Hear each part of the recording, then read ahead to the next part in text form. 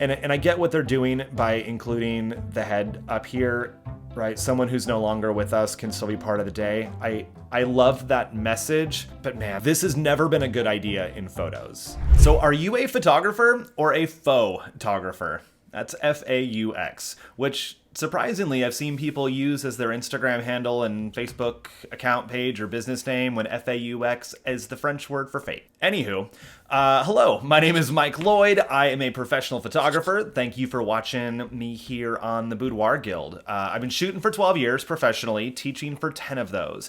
And I had major imposter syndrome when I first got started because I really wanted to be a professional, but I'd never taken a class. I'm colorblind. I didn't know what actually made a professional or what made a good photographer. I just knew that I enjoyed taking photos. People seemed to like the photos I was taking, but I found out about this website, and this was, like 2013, something like that. It's been a while. And I instantly got terrified because I thought, oh man, people are going to share my work to youarenotaphotographer.com, and people are just going to be roasting me, making fun of me, and I'm just going to have to give up photography because I'm terrible.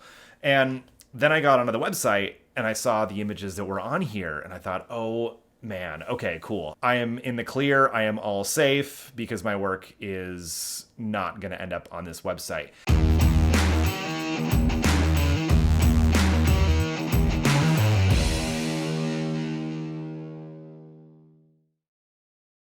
So this whole video, and I don't mean to do this video as a me talking trash about other photographers' work. Not the point of this. I'm basically going to do it like a photo critique, as if these images were sent in for one of my, Friday photo critiques that I do in the Facebook group and that I've shared here on this channel. So again, the idea is not to talk trash, but it's to give constructive feedback. I know they're not asking for it, but I'm going to share some of the faux pas that I'm seeing here in these images so that you can learn from them as well. And to be fair, I also don't really like the concept of this website because it doesn't help our industry. This isn't meant to be a constructive thing. They're doing this to just talk trash about other photographers. So, take that with a grain of salt. Hopefully we can learn something out of this and I'll come out better in the end. So I literally just clicked on the very first image that popped up. They call it Bridal Mess. Again, I don't like the title because that's probably not what the photographer would have called it, and I don't like the idea of talking trash about other people's work. But what can we learn from this photo? Also, I'm a certified PPA judge, so I've done I don't know how many print competitions all over the country, both in person and online. I feel pretty well qualified to critique photos. So let's learn from these images today. And I'm just going to go through a handful of them. And depending on the kind of feedback I get on this video, then we can dive further into the list. So, okay, what to do with this photo? So a handful of things that I firstly see. They obviously took the image and it looks like it was squished to fit into a certain frame.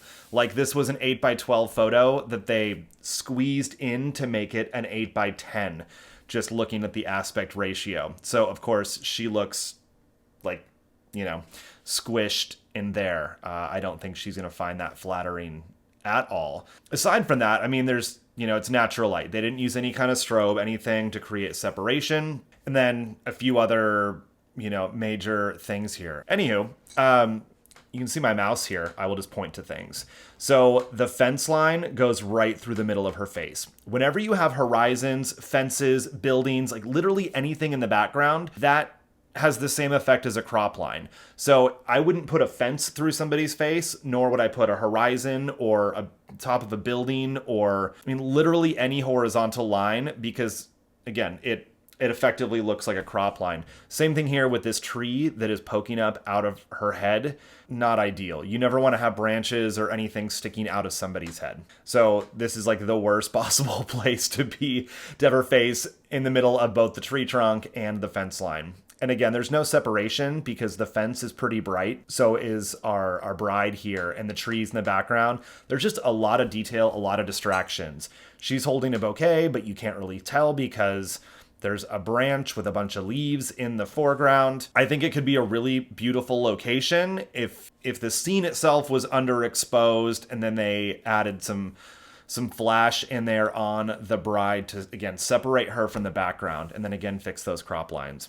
let's just jump back to the next one. Okay. One thing I do like about this site, though, is that they scribble out all the watermarks and logos because, they don't want to actually shame the people who are on, whose photos these belong to. So I do admire that they do that.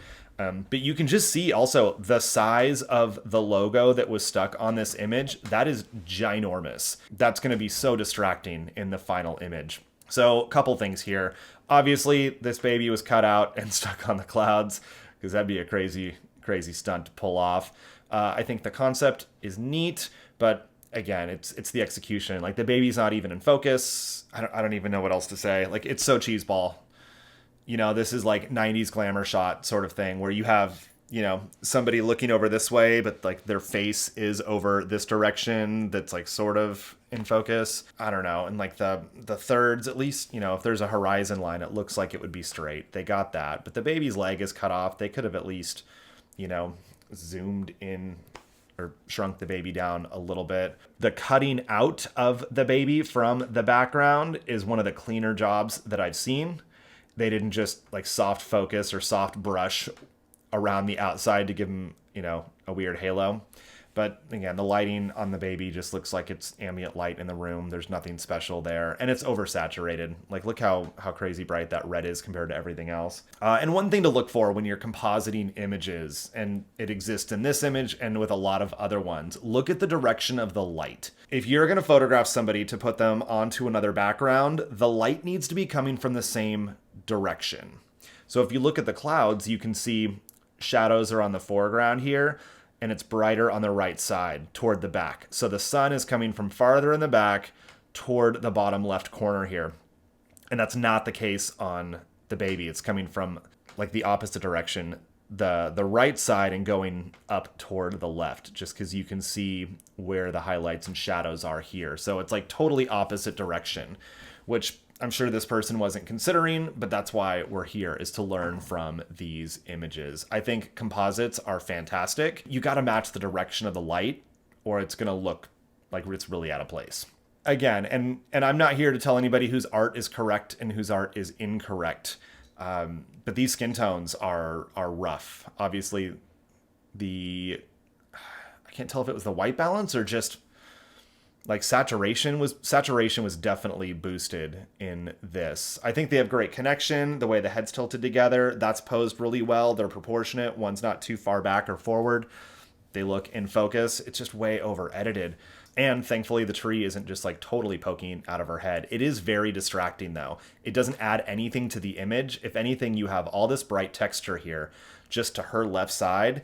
If you just shifted them a couple feet over and got that out of the frame with just the trees in the background, so much better. But yeah, with the color and the saturation, it's way too much. I don't even know what's happening here. I think they're trying to photograph the corset lacing on the back of this dress, but again, I'm not sure what the subject of the photo is, like what the point is, what we should be looking at. So when you're composing your image, you're telling a story. You want the viewer to look in and say, okay, cool, I see what is happening. There's a main character, there's a scene, there's action, there's something that you want me to feel. And I don't know what this is. I'm only guessing that it's the corset lacing because it's in the middle, but it's sort of covered by the veil and her hair is over it. But her arms are out. It looks like she's, either dancing or moving the veil. So I don't know if that was supposed to be part of it. Nothing's any more in focus, any brighter. I really don't know what the point of this photo is. This is like one that if you're hanging out with your friends and somebody takes a cute cell phone photo to post on Instagram about how great your hangout was, totally legit. I just cannot imagine as a professional photographer showing this to my clients. For one, I mean, look at the hard light, right? There's like this shadow, this bar. There's obviously like a sign or something like right off to the right. I don't understand that. I don't get the connection. You know what? I will say their horizon lines are straight. That's something that always bugs me in photos when I see that, but they've got a straight horizon and it's on the upper third. Like composition wise, pretty good. I mean, he's a little crowded to the right side over here. I would have zoomed out a little bit more to give him some more space. Basically, the amount of space between her head and the frame, I would have matched over on this side. But based on this hard shadow, there's probably like a sign, something right over there. I don't know. Definitely not an image that I would ever show a client. Unless we've done the entire shoot and they're all really high production, like great quality photos, and this was an outtake, totally cool. But I would never share it solo in a portfolio. Floating head. Okay, this is what I was talking about earlier with the with that composition. Again, just the nasty overhead sunlight, not ideal. I mean, we don't choose the time of day for our wedding clients. You know, they won't let us dictate their schedule, which is why I don't shoot weddings, because I want to be in control of everything at the photo shoot. So yeah, the hard natural light. You know, her face is in the light, his face is not. I like the perspective lines here and the way that they're centered up. I think they did a really good job of that. The horizons look straight. That looks great. But again, we've got these signs sticking up out of her head, these lampposts. You know, you could have shifted the perspective just a little bit over to the side to not get those. Or instead of having them in the center, move them over to a third so they're like right here instead, which would still give you cool leading lines and great perspective without poles sticking out of the bride's head. It also doesn't look like it's in focus, but it might just be a low res image that would be uploaded to this site. And I get what they're doing by including the head up here, right? Someone who's no longer with us can still be part of the day. I love that message, but man, this has never been a good idea in photos. Like, the theory is neat, but the execution has never been great in images to put somebody else's head just floating in space. I think it's different if you could incorporate a whole person into the scene where the other two people are like engaging with that person. But to just have a transparent floating head in the scene is never a good idea. Please don't do that. All right, we're just going to go through a few more here. This far in, can you guess what I'm going to say? Horizon line, little bit crooked, but because the hills get larger on the left side, it looks pretty straight. I'll give him that. And I like the leading lines. I like the perspective, but he's got a sign coming right through his head. And this is such an easy fix because his head will be larger than that sign. So if you just lower the angle that you're shooting, his head will totally cover the sign. You'd never even know it's there. Also, the camera is like top of their head level, which makes them look shorter. So you've got this wider angle view. So you've already got wide angle distortion skewing the proportions in the image. So just the size and the shape of the people. So if you lower your perspective, you can stretch them out a little bit instead of squishing them down. And most people would rather look a little bit taller than look more squished. So you can accomplish two things with that. Also, like, just pretty desaturated, pretty flat. It looks like it could be a gorgeous sunset. Yeah, the colors are just muted and flat. And it looks like, I don't know if it's the clarity, not clarity. It's very noisy. So that tells me it was a very high ISO image or, an inexpensive camera that couldn't handle the low light. Those are my biggest things because it looks grainy. The shadows, the details look gritty. I don't think people are going to like that. I love the message behind it, but yeah, get rid of the sign out of the dude's head, sharpen the image. And it's got a white vignette around it. That's one of those things like you get when you go to the fair and you do those Western photos where everybody dresses up like you're in the Wild West in a saloon and they put the white vignette around it. That's what it looks like. Let's do two more. Pumping iron. Solid. Okay. Man, where to even begin here? Okay. Facial expression. That's awesome. Okay, let's talk cropping points. You never want to crop to the middle of somebody's chest. You can either go right below the rib cage or you can go just below the clavicle, but they are like right through the middle of the dude's chest. Especially if you're showing off upper body muscles, you want to keep all of that in there. Elbows cropped too closely to the side. Give him some space to work with. That facial expression, it looks like he's fighting a sneeze. I'm not quite sure what's going on there. Lighting. I don't know if it's just like an overhead light in a room, just, like on the ceiling, but there's nothing directional or intentional about it. And we're not getting separation from the background. So his dark hair totally blends into the black background. You can't see where his head stops and where the background begins.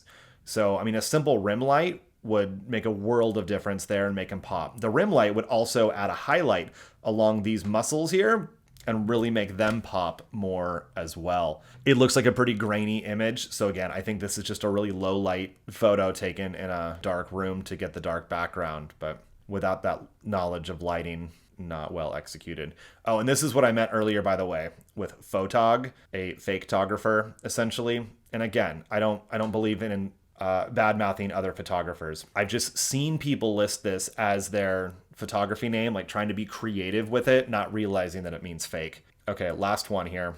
Okay, I thought the photo was still loading. It is totally finished loading. Okay. Firstly, I like the crop. I think that's a great place to crop. It's composed really well. I mean, I might shift them over just a little bit because they're a little bit off to the left in the frame, but it's minute. I like the red light, orange light. I don't know. I'm colorblind. Off to the right side, but it's like somebody took the clarity slider and just brought it all the way down to 0 to smooth skin, when really it looks like they smeared Vaseline over the lens. And then the oversaturation. This flower down here, I don't know if it's a real flower or a fake one. Either way, I mean, we're only seeing the top of the knuckle and the flower. You know, I'd want to see more of the hand up there if it's going to be part of the scene, or get it out of there altogether. Crop out if you need to. It looks like it was an accident. And then with the headband, totally cool. I like that as an accessory. I think the pop of color, it's positioned really well. But man, it's so oversaturated with the blue and then the red of that flower. It just, when the saturation is turned up that high, you lose all the detail in there. And it almost, like, you can't even really tell what the texture of the detail is. Like, it's so warped. Okay, now I'm also thinking maybe this wasn't just someone who turned up the clarity slider, but it was brushed on or done with an adjustment layer, because you can see at the top of the head, right where the headband is, there's like a fuzzy halo around the skull here, but then it's sharp right around the blue headband, and then it's fuzzy again. It's like a fake depth of field is what I'm seeing. Yeah, it's like they blurred it or took out all the clarity to create depth of field, but I don't know where the actual field of focus is supposed to be. I like the rim light. I like how the lighting's up top and on the face, on the shoulders. I like the depth that's there, and good positioning of the face. It's turned away, just a little bit, but not totally a profile, but we don't see the other eye. That's when you get where it's like a weird in between from a profile to like a 3/4. You can turn toward the camera a little bit as long as you don't see that other eye, or as long as the nose doesn't cross the other cheek. But yeah, you can just see the fuzzy like cutout line, and same thing down here. It definitely looks like this blurry effect was added on with a brush or something, like it was masked in later on. Just learn to use your camera settings. Shoot this at f2.8, shoot it at 1.2, so that you can actually get shallow depth of field. But like the eye is not even in focus, the eye is in shadow. So I'm not sure what the focal point of this photo is, because everything is so blurry. And that's the idea, why we use shallow depth of field, like on one eye is in focus when they're making eye contact with the camera. Something in the image needs to be the most important element. Something needs to be where your eye goes to start your journey through the image. And I don't see it on this. So there we go. That is my reaction to youarenotaphotographer.com. Again, this was not intended to badmouth anyone. It's just a learning experience for all of us, so that we can improve our craft and better our industry. So if you want to do one of the actual photo critiques that I do from my students, you can either jump into the Facebook group or email them to me, mike@boudoirguild.com. And I would be happy to include you in one of those. And as you can see, I'm not insulting anybody. It's all constructive criticism on how to make our craft better. If you want to know more about posing, lighting, composition, I've got some killer videos here on this channel and some other ones at boudoirguild.com if you want to learn from some really, really thorough trainings over there. You are amazing. We'll see you inside.